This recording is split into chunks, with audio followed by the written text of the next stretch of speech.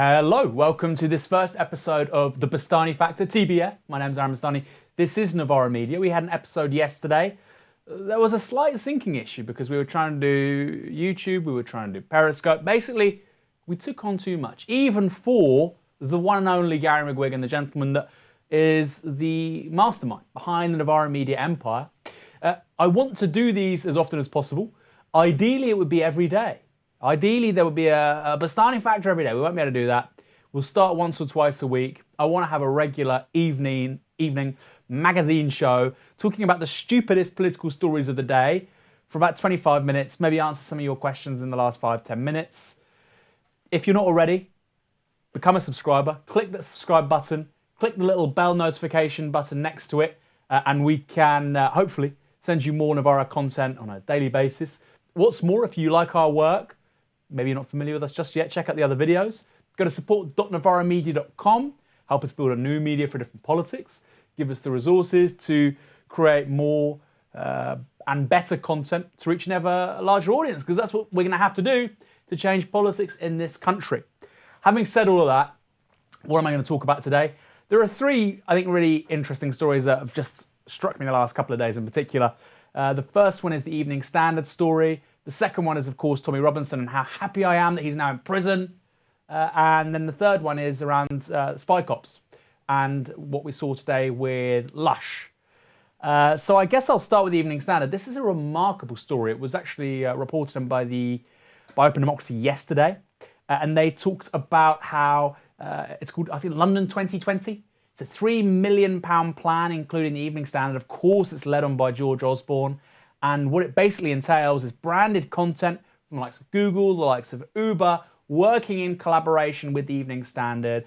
And the kind of division between editorial and advertising, which has historically existed in newspapers, has gone, right? It's gone. So they won't just be paying for what are clearly adverts, but also for feature pieces, comment pieces. You won't actually be able to distinguish where content is paid for or not, right? Which is pretty worrying. And there's a reason why a company like Uber would want to do this. Obviously, it's woke washing for them. Starbucks didn't want to do it. I mean, fair play. A bunch of other companies did. And of course, I think rightly so, George Osborne's going for a lot of stick. This is a person who's the former Chancellor of the Exchequer. He's been on BlackRock's books.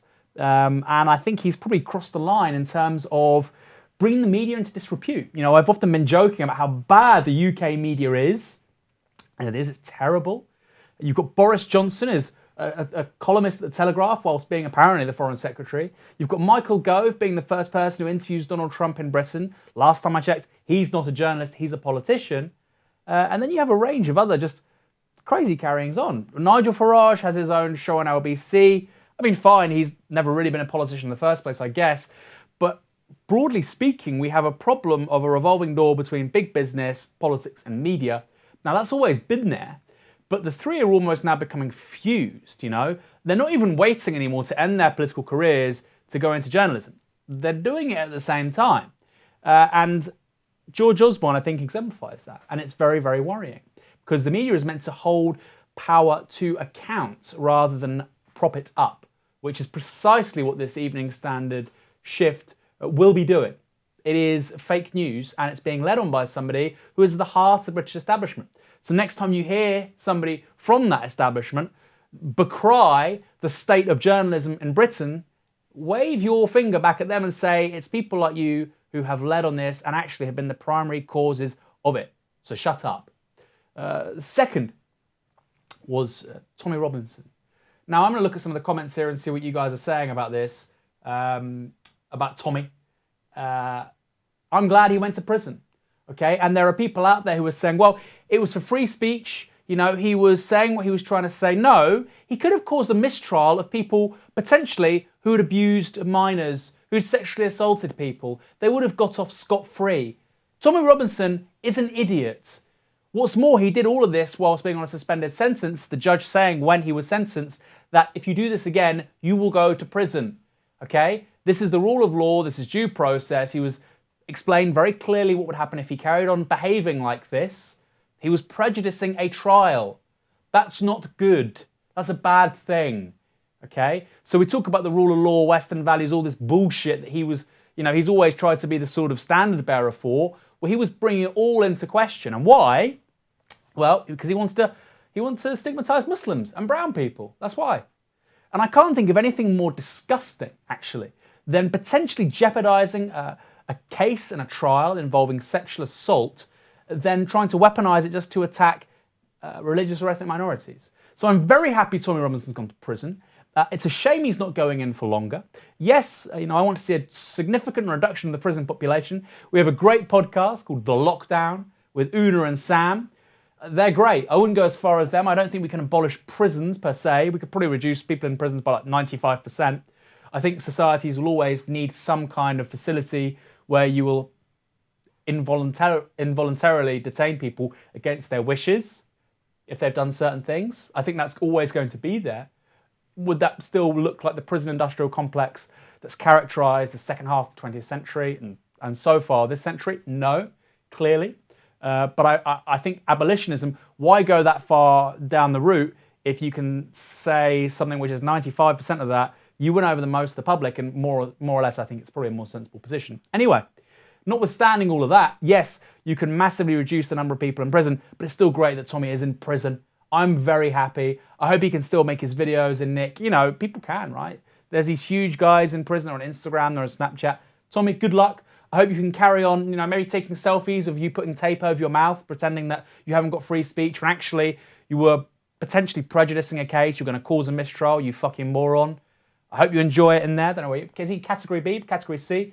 Maybe put this in the comments. Tommy's tossing salad right now. Couldn't be more correct. So that's Tommy Robinson. We could talk about that a bit more. I don't think he should have been banned by Twitter, by the way. I don't think private businesses should decide the parameters of freedom of expression. I think states should, and the rule of law should be abided by. And I don't think company private policy should be determining that, okay? So people say, oh, well, it's up to Twitter if they decide if Tommy Robinson is on the platform or not. Well, no, because Facebook, Twitter, YouTube are effectively monopolies. If you're not on them, you're not participating in the public agora. You don't really have a real, capacity to freedom of expression. So if anything, maybe this is a bit strange, I'm a bit heterodox. I would have Tommy Robinson still on Twitter, but I would have sent him to prison for longer. Maybe that's a nice compromise. I don't know, with the Tommy fanatics out there. Tommy Robinson got what was coming to him. It's why he pled guilty. He did, well said, Rose, he did plead guilty. That's because he was guilty. No doubt his brief told him, plead guilty, you won't get a custodial sentence. Well, you got 13 months. If you're watching this, Tommy, I hope you're enjoying it so far. You've got another 13 months left. Next story. This Lush story, this Spy Cop story, unreal.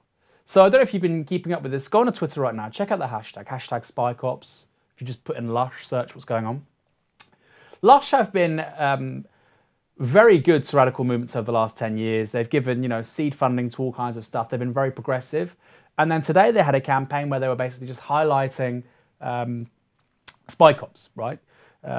Illegal, immoral, inappropriate, injudicious use of police spies on people, whether it be activists, whether it be people who've lost loved ones.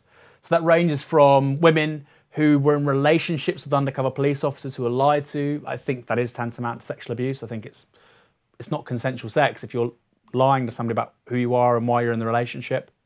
They had children with them, these poor women. You have, of course, the family of Stephen Lawrence was spied on by the police. I remember talking to Janet Alder, the sister of Christopher Alder. Google that gentleman. What a story she told me. Died in police custody. She sought justice for her dead brother. At one point, she was being followed. This is now in the public domain. She was being followed by 17 undercover police officers, all for wanting justice for her dead, murdered brother. Now, you can think the police are great or bad. I'm against police outsourcing. I think we're going to have to spend more money on the police because we're going to have to end outsourcing with the police. I'm against privatisation. I don't think private market actors should be doing that. So when people say, well, police cuts are good, I mean, unless you're for outsourcing all of a sudden, you need to think a bit more holistically, a bit more strategically about this. But at the same time, this is absolutely abominable. This is terrible. By the way, I also think we could have fewer police in our society, but that's going to not happen in the next 2-3 years. That needs to be a longer term project, like with reducing numbers of people in prison. You need to talk about 10, 15, 20 years. It's a transformational project. But what's happened with the spy cop stuff is absolutely appalling. And there are people like David Davis, Tory MP, who has said likewise. And then today, by highlighting the spy cops abomination, Lush have been attacked on social media. Now, why was that? Partly, I think it's because journalists didn't know the actual story of spy cops. So they covered the social media reaction instead. This tells you a lot about modern journalism. That's the kind of safe space for many journalists when they don't know a story. The social media or the Twitter response hook is easy for them. It'll get clicks. And what's more, it feeds back into the Twitter media cycle. It's highly mediatized. It's effectively, the story and the response are mutually constitutive, and it's like a snowball. Poor journalism. What's more, it tells you something quite interesting, I think, about what's going on in this country between the left and conversations around police violence. I think we've dramatically transformed the conversation around a range of things in the last 2 years. Really. To an extent I didn't think possible. Around things like police violence, clearly we haven't. Because the unhinged response you've seen to the Lush campaign is ridiculous. Lush have said that the police involved in spy cops were paid to lie. And that's exactly what they were paid to do. People were paid to go into relationships, not explicitly to go in relationships with these women, but to have rapport with them, to know them, to extract information within activist circles, to be trusted and be credible sources, undercover. And these people then went rogue and thought having children and being in relationships allowed them to do that. You have people who, like I say, were spying on the grieving family of Stephen Lawrence, who of course died 25 years ago, very recently. Amber Rudd was asked for a meeting by Neville Lawrence, Stephen's father, very, very recently, before she, of course, resigned. I was about to say sacked. She resigned as Home Secretary, and she refused to have it. Maybe you don't know this. Stephen Lawrence is actually buried in the West Indies. I don't know what island it is. It's Barbados or Jamaica. I think it is Jamaica. He's buried in the West Indies because his mother said this country wasn't good enough for him. And you know what? She's right. She's right. And the response to spy cops on Twitter right now tells you that. Tells you that. What's changed? He died 25 years ago. He didn't get justice for so long. His mother is now a Labour lord. And still, the public can't have an honest conversation around how disgusting and counterproductive it is for the police to spy on perfectly normal, law-abiding people. The police are there to uphold justice, to maintain the rule of law, not to break it. I think I've got it right. So people shouldn't be apologising for them when they don't do that. Now, this is not about being anti-state, anti-police. There's a single campaign highlighting spy cops. Lush, you did a great job. Disregard the idiots who've given you hassle on this, including Sajid Javid, and carry on doing what you're doing. Because the bigger the conversation we have around spy cops, the better. It's a brilliant thing that you've revivified this conversation and take it to an even bigger audience, because that's what we have to do. Because like I said, we may have changed the conversation around student fees or around public investment or even around things like disability benefits. I think we are really changing so many things. Police violence isn't one of them. I think today maybe Lush have taken the hit, but in the long term I think it's a good thing. Finally, spy cops, low rent version of the Americans. It is. They want to be like the Yanks. They do. Finally, Chuckarumana, and then I'll get to some of the questions. Chuckarumana, wasn't this amazing? Chuckarumana saying that it wasn't an unpaid internship because it was going to be somebody taking a year in industry to go and work in his office. Well, the person would be a university undergraduate, and they would have to take a student loan to then work for you for free. That's an unpaid internship. That person's being burdened with a significant amount of student debt to work for you for free, to work for a guy who went to Dulwich College and then became a lawyer and is now an MP for free, to work for a guy with close connections to Open Britain with their office in Mayfair for free.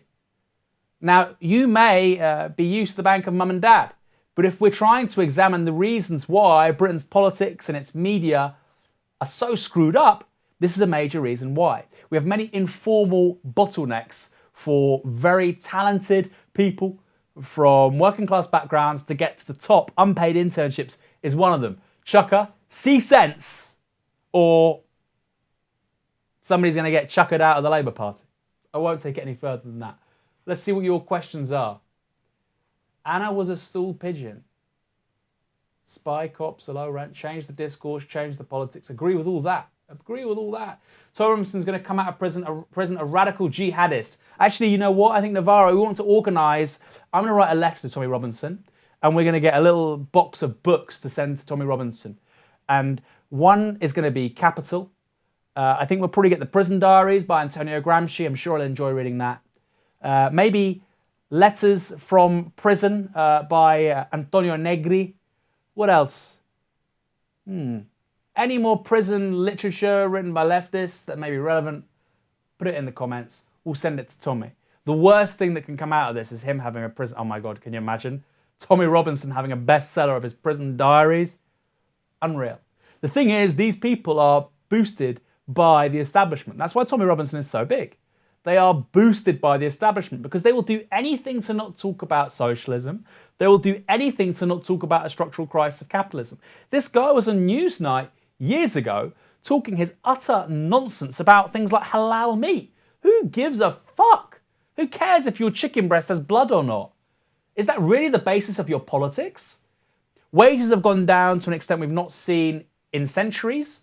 The British economy has loads of stuff happening to it which don't really make sense given what we know about things like productivity and about growth. Public services are really all over the place. A&E waiting lists through the roof. Ambulances don't get to places as quickly as they should be. Nobody can afford to buy a home or to rent. And Tommy Robinson is obsessed with halal meat. And like I say, the establishment boosts that for a reason. Because it means people aren't talking about the actual issues that matter. Because if they talk about them, they might then start to say this is a problem and gravitate towards the people who are offering solutions. I'd love to hear your thoughts on that as well. Removing people from Twitter isn't banning people from social media sites necessary if they're facilitating harassment. I don't think he was doing that. I think in the case of Miley, you're absolutely right. But again, that's about criminal law. Was somebody undermining the laws of the land? I don't know the particulars of why Tommy was banned. Stephen Yaxley Lennon, whatever the fuck his name is. I don't know why he was banned, but I don't think it was as an egregious example as others who are still there, right? Letter from Birmingham Jail. Dr. Martin Luther King. I like that. Pity the Billionaire. Prison Dostoevsky's House of the Dead. I like that. And there was one more story. We talked about it briefly yesterday. That show, like I said, never went out. That's in the great cloud in the sky.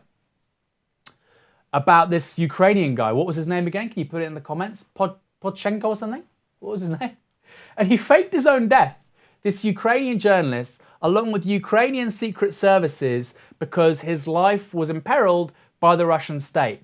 And of course, when everybody thought he was dead, the response from much of the British media was, look, this shows you how murderous the Russian Putin regime is. And then when we found out the following day, it was actually staged, never happened. The explanation for it being, well, we did it so that the Russians couldn't kill him.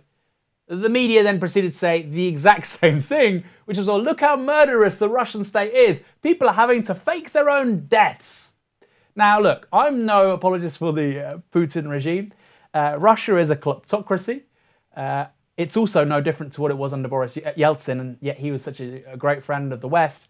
And clearly Putin has major problems with democratic freedoms and a free media. Absolutely agree. Absolutely agree. But surely you must think about this. The next time a journalist is killed or is injured or kidnapped, and pro-Kremlin outlets say this is fake news, what do you think this staged death means for that? Do you not think it will bring into dispute actual instances of journalists being harassed or attacked or murdered?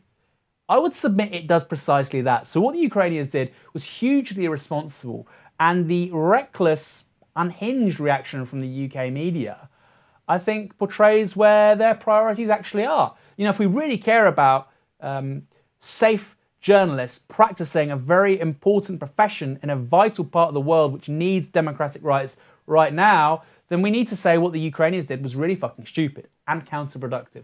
I'd love to hear your thoughts on that. Boethius, Consolation of Philosophy. Is that prison literature? Okay. I've never read it, you know. I've heard of it, obviously, but Putin bought back some of what Yeltsin and his daughter sold. True. True. True. What the fuck? Okay. These aren't great questions, guys. Come on, let's have some questions. Animal welfare isn't unimportant in my view. It's obvious its use of dog whistle, though. Babchenko, thank you. Thank you, Behold Zeus. So, like I said, I'm not an apologist to the Russians, but it seems in this country, you can't say that the Skripal stuff looked really fucking weird. You can't say that the UK gravitates to a bunch of explanations for clear structural reasons which reflect their foreign policy interests. If you do say that, or if you say, for instance, Syria will probably be even more fucked if we got rid of Assad.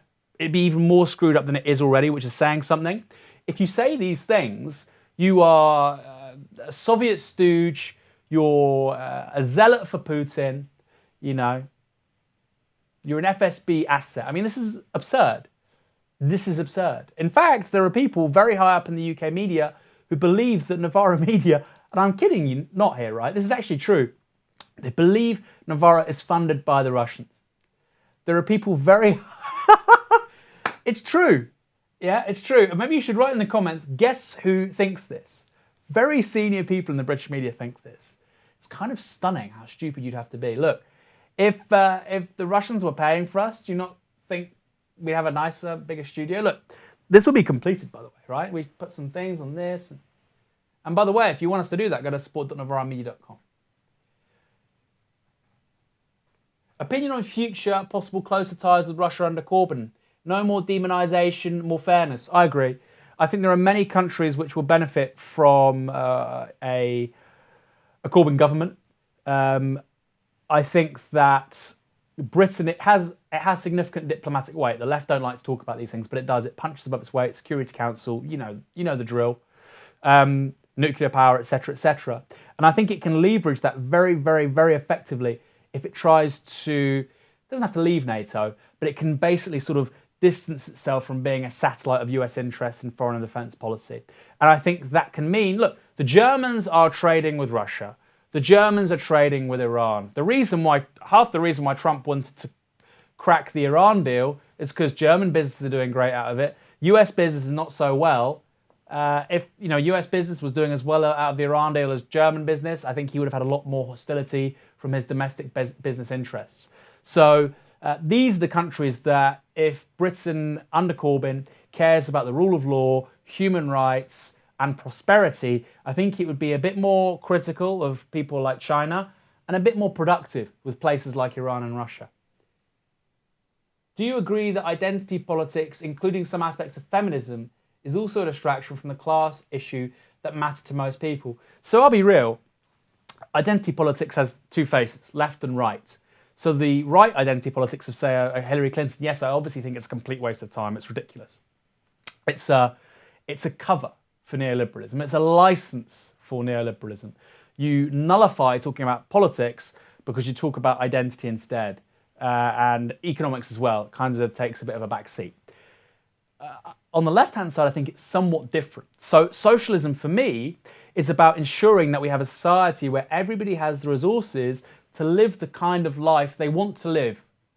And that's a kind of very liberal understanding, actually, of the good life, of flourishing, of happiness.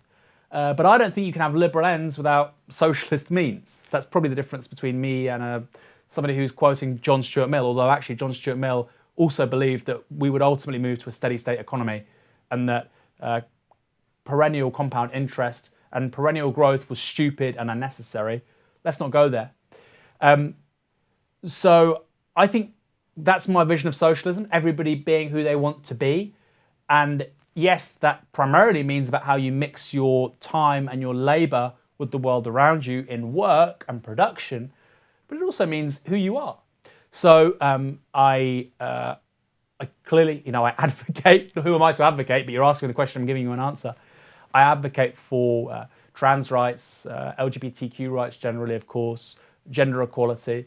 And I don't view these as identity politics.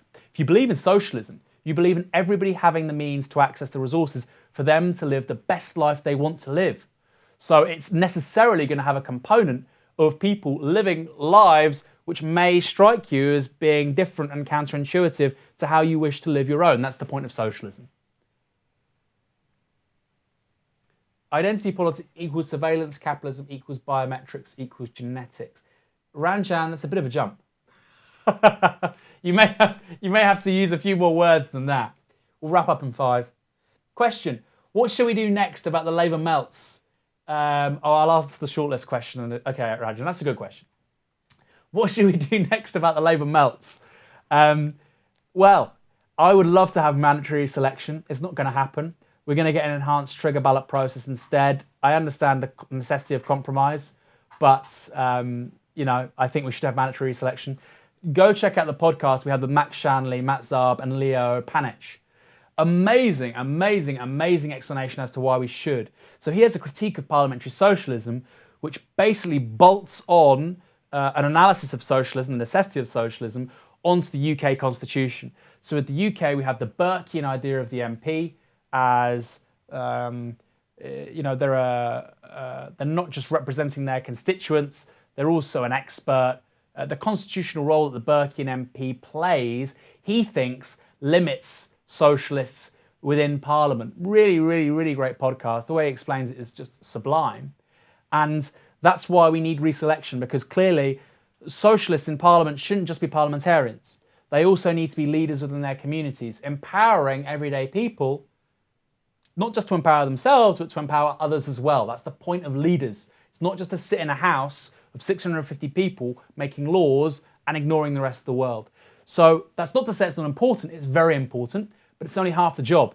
And if we don't have the right people willing to do that, i.e. empowering local communities just as much as voting the right way at Westminster, then I think we need to get rid of them. And I don't think it's right that an MP has a job for life. I just don't think it's right. Councillors are reselected, and the SNP, their MPs are reselected. So why should an MP in a safe seat, for instance, not necessarily have the backing of their local party, be in Westminster for 30 years without doing anything to advance the cause of socialism in their constituency or anywhere else for that matter? I don't think it makes much sense. And when you have a critique of the British state, the British constitution, which I think, like I say, Leo Panich really outlined very exquisitely, then I think you'll agree.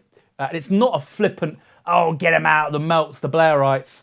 The reason why I back mandatory selection, the reason why I back an elected General Secretary is for very clear structural reasons about the limitations of a socialist project within the confines of electoralism and Westminster.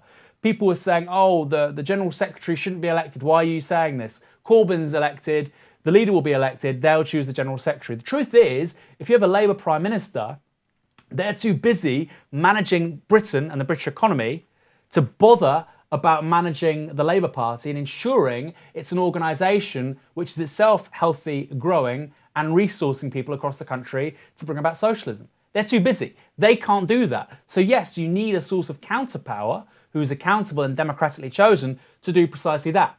And I don't think that people will gravitate towards a party where people with such important roles aren't voted for. Sorry.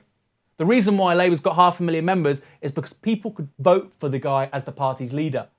Okay? So if we want a big, mass socialist party, yes, absolutely. I make no apology about it. We have to democratically choose the General Secretary of the Labour Party. Question: will Navarro take submissions from members of the public? You need to go to, pitch@navarromedia.com. The articles team are going to kill me for that one. Quickly, I'll answer a few more. I like this. This is great. Isn't this great? If you subscribe, then we can start to do this every day. All women shortlist. I agree with all women shortlist, and I'll tell you why. It's a temporary measure. Once 50% of Parliament is women, I think you would get rid of them, clearly. And people will say, well, if people, it's about the best person for the job. That's just not true. We know that's not true. And I actually think all women shortlists have been so successful now that it's percolated through into the unconscious biases of people. So we saw that with the Lewisham East selection. 4 women made the shortlist. It technically wasn't an all-women shortlist, but many people were saying, look, there should be a woman because, there's not enough women in Parliament. And actually, The women candidates are all brilliant. I thought there were 3 outstanding women candidates. There were others who didn't get on the shortlist. I wasn't familiar with Brenda Dacres because she pulled out. But the 3 at the end, Claudia Webb, Sakina Sheikh, and Janet Dabby, they're brilliant. And we have to be real. If there were men on that shortlist, I just think the psychology surrounding these very strong candidates would be very different. So I think it's already served a purpose. And I think that's reflected in a changed consciousness around these issues. So I think it's already been a success. So yes, I back them. But it's contingent, of course, on once we get to gender parity in Parliament, you can get rid of it, right? What do I think of Jordan Peterson and his anti-socialism propaganda? Jordan Peterson is a huckster. He knows a fair bit, it seems, about things like psychology, some of the stuff he talks about in scripture. He's well read, widely read, let's say. But when it comes to politics, he talks about cultural Marxists. He even calls Karl Marx a cultural Marxist.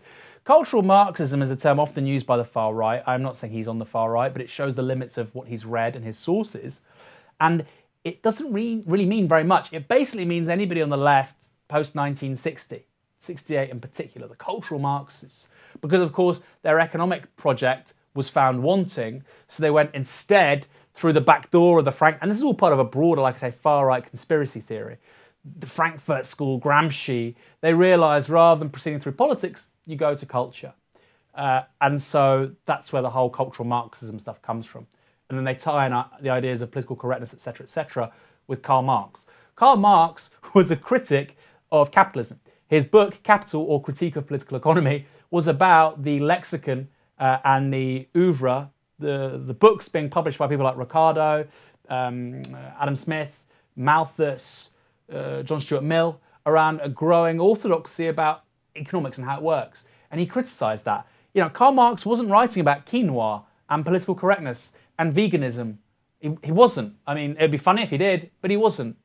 He was writing for the New York Tribune with Frederick Engels about things like the US Civil War, you know, kind of important things. So his ideas around the left are clearly based on ignorance. I think he reflects really a Cold War understanding of the left, which is actually very ignorant of Karl Marx as an economist. Karl Marx is without doubt, even if you don't agree with his ideas, I don't agree with John Stuart Mill. I don't agree with Jevons. I don't agree with Keynes on lots of stuff. Again, who am I to agree with or disagree with any of them? But I find them all really interesting and very stimulating, and they clearly bring a lot to the conversation around economics and how society should be run. And if you meet somebody on the right who doesn't say the same thing about Karl Marx, either they're a phony, they've not read him, or they're stupid. Okay.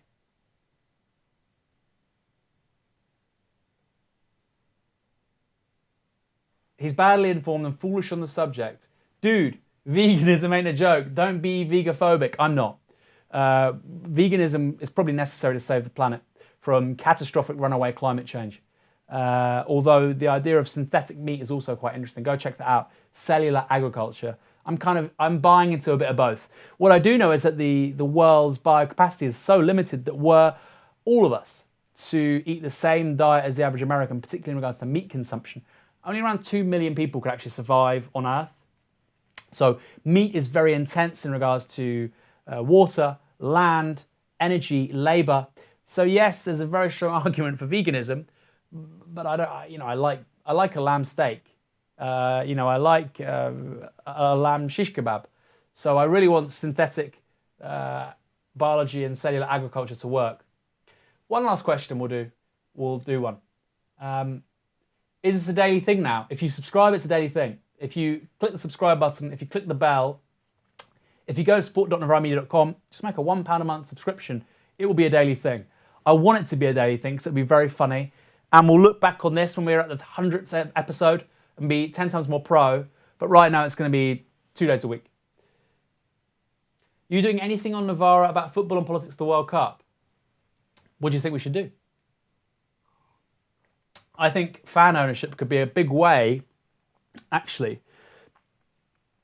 Most football fans, you don't associate football fans with being left-wing, do you? But most football fans have a critique of the police. They have a critique of the state when it's excessive in its use of force. And through fan ownership of clubs, they would begin to understand, I think they already understand, I don't mean to be condescending, they would have practical, concrete examples of what socialism looks like. So I think football is a huge, sport generally, is a huge terrain for the socialist movement to contest and to win on. And that's bigger than Labour, it's bigger than Corbyn, right? It's a big thing within civil society. If we can change the idea around what football ownership should be, move it away from oligarchs to fans, amazing. Amazing shift in the wider conscience. Can Iran win the World Cup? From Darius Cooper. Sorry, Darius. No. 4 years ago, we were very unlucky against Argentina. If we get out of the group stage, I'm sure you agree it's a big success.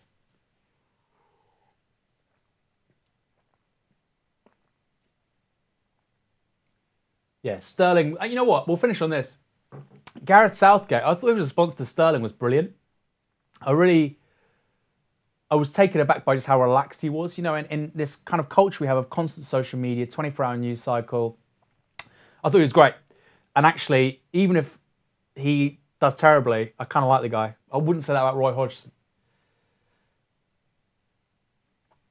How come Roman Abramovich isn't from Rome? Well, he's now got Israeli citizenship. He's from Russia. He's Jewish. He's lived in England for the last 15 years, more on and off, right? Roman, I have no idea. Romans, you know, I mean, Russians can have odd names, right? What would you prefer? Yevgeny Abramovich? Maybe it's not his real name, but we can find that out. You know, last summer I was in Malta. I actually saw his boat. I was in Valletta, and I was walking along the docks at night, and no joke, the boat was as big as this building. It was huge. And I was like, who owns this boat? And I looked it up, and it was on Wikipedia. And it's his second boat. It's not his first boat. It's his second boat. And I mean, wow. Just to staff this thing, it's probably millions of pounds a year. And he's not even using it, or he's renting it out occasionally, using it with guests occasionally. We need to requisition the guy's boat. We need to requisition Chelsea. Get all the assets of all these people, because they stole all the money anyway. And we need to, you know, let's start with Chelsea. Let's start with the worst set of fans in Britain, the most racist, thuggish set of fans in Britain, except Glasgow Rangers. Let's make Chelsea a fan-owned club. Because if we can bring them to socialism, we can do it with anybody. Southgate's comments on Zaha were pretty awful, though I'm not familiar with them, sorry. I mean, maybe they were. Oh, Dan Barrow, this is the last question. Can United win the Prem? I like Mourinho. I like Mourinho because he destroys people and builds them back up again. And I think to win the Premier League, you probably have to do that, unless you have extraordinary natural talent. If United buy Alderweireld, if they buy Bale, I mean, they're getting Fred, right? If they buy Bale, Alderweireld, Sandro, and Savic, that's like 5 players, including Fred, then they will, yes. Let's see what happens. You know what? Getting €12 million for Matteo Darmian is unbelievable business. Maybe Mourinho and Ed Woodward can come and do a workshop at Novara Media about how to run a business, because that's phenomenal. That would be like us selling one of our cameras for like several £100,000. Frankie Boyle, Baddiel-gate. Oh yeah, let's finish on this. Okay, this is it now. David Baddiel called me out on Twitter, and he was like, "Oh, you're being racist. Jewish people can't say something, you know, and you'll just bring up something from 25 years ago." You were engaged in a sustained campaign of bullying against a black footballer who you said had a haircut that looked like a pineapple. This fed into football terrorist chants, which, yes, started before you were taking the piss out of him, but you gave them a national platform and they were then sung everywhere about him having a pineapple on his head. You said on Twitter to me that it was 3 sketches. Well, if you go on YouTube, put in Baddiel, Jason Lee, it's like half an hour's worth of footage. Can you imagine a black man in the mid-1990s? This is when, 1995 it was. This is 2 years after Stephen Lawrence has been murdered, okay? Kick racism out of football then was a real thing, right? Eric Cantona drop-kicked a Crystal Palace fan because the guy was saying outrageous xenophobic stuff to him, apparently. It was a very real thing. And when this was all happening, when people were contesting racism in a very concrete way, you were doing blackface on a national television channel, calling a guy who was wearing his hair in a way that a person of Afro-Caribbean origin would do. You were saying he was like a pineapple. It's appalling. I'm surprised you got away with it. I'm surprised when I tweeted about it, like more people going, wow, I never knew that. I mean, either people aren't outraged by it or they don't know about it, but you don't seem particularly contritious about it, which I think is appalling. I mean, you fucked that guy's career up. You fucked his life up. Let's be real. You fucked up the life of a black footballer in the mid-1990s for jokes, right? For retweets and likes back in the day. I mean, mate, own it. Jesus.